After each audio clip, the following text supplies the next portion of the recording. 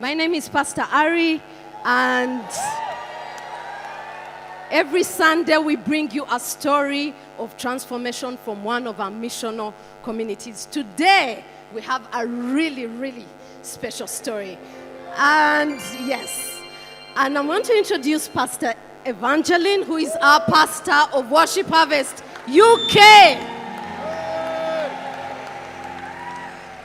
I'll hand over to her and she'll tell us what this story is about.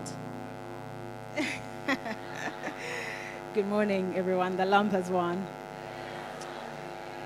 So it's such an honor, a huge privilege for us to be here with you this morning. So thank you so much, Rev Ma, for having us. What an honor. Yeah, she just calls and you show up. But what an opportunity. Yeah, thank you so much. Thank you, Apostle. So we're going to share MC story. We picked one in particular, which Joel will tell us a few things. But I thought I'd introduce everyone here, starting from my extreme right, Pastor Juliana Okodoa, who leads the Worship Harvest Newcastle with her husband, Pastor Gabriel. Pastor Gabriel, greetings.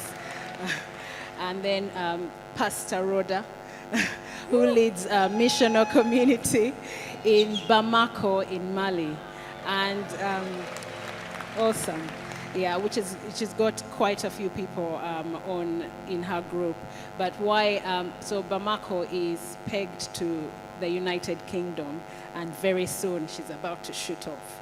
So so that's why she's here. And this is Joel Thomas, who is an MC shepherd of Luton MC in England, which is just north of London.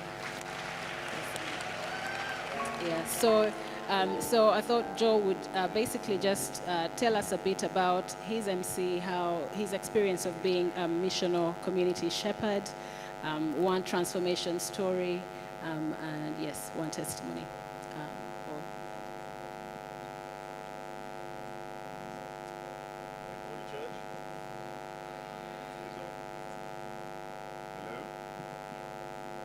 Good morning, church. How is everyone? Good. So my story is not as crazy as Pastor Gloria's, that her Catholic rise to leading churches. But my MC at the moment, we have 6 people in our network, and my most faithful person that comes actually is my mother.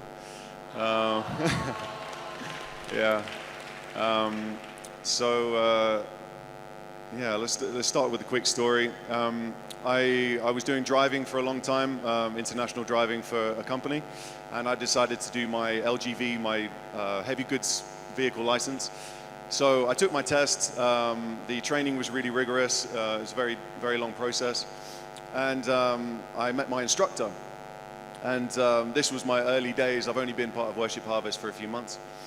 This was my early days in Worship Harvest, and the Lord's really done something amazing. So I started feeling like, I just want to share the gospel with him. So I was praying, and a few days went past, and no opportunity. Anyway, he says to me, I grew up in church. And I said, did you now, my friend? And so I started speaking to him about, faith, life, and different things. Anyway, so I take my test. I fail first time, get a new instructor, come back, finally take the test again, pass, come into the parking lot, and my old instructor was there. He said, how are you doing? This is wonderful. And I said, I passed, thanks very much. Without me saying anything, he says, I've been thinking a lot about coming to your church. I was like, really? I was the most surprised, And I was like, that's okay. And I said, actually, I've got an MC that meets in Luton. It's not far from where you live. You should come. And he actually came. So I was like, what a shock. So he came, and anyway, he actually came with his new girlfriend, and that was when Pastor Ari and Atmo were talking about relationships, and they just were glued to the screen, and they were like, we can't believe how timely this is, and it was just wonderful. So so that's just been a really cool journey of someone who I don't know, I didn't see that coming. Was there anything else that you wanted to know? Sorry, I've just been speed talking, so. So my experience is,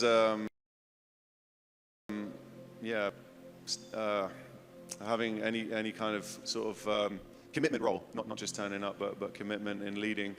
All I can say is there is a grace when you choose.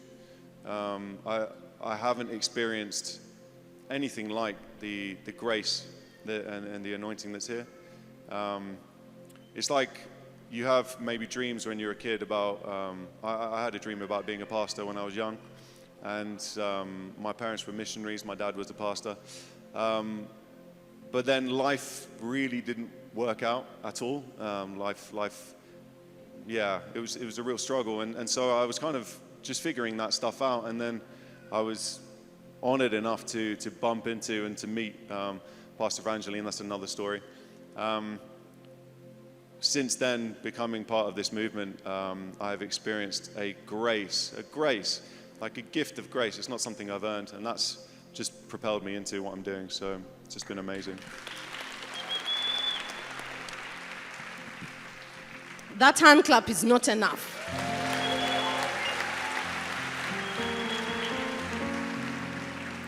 So if you're not in a missional community, today is a good day to join one.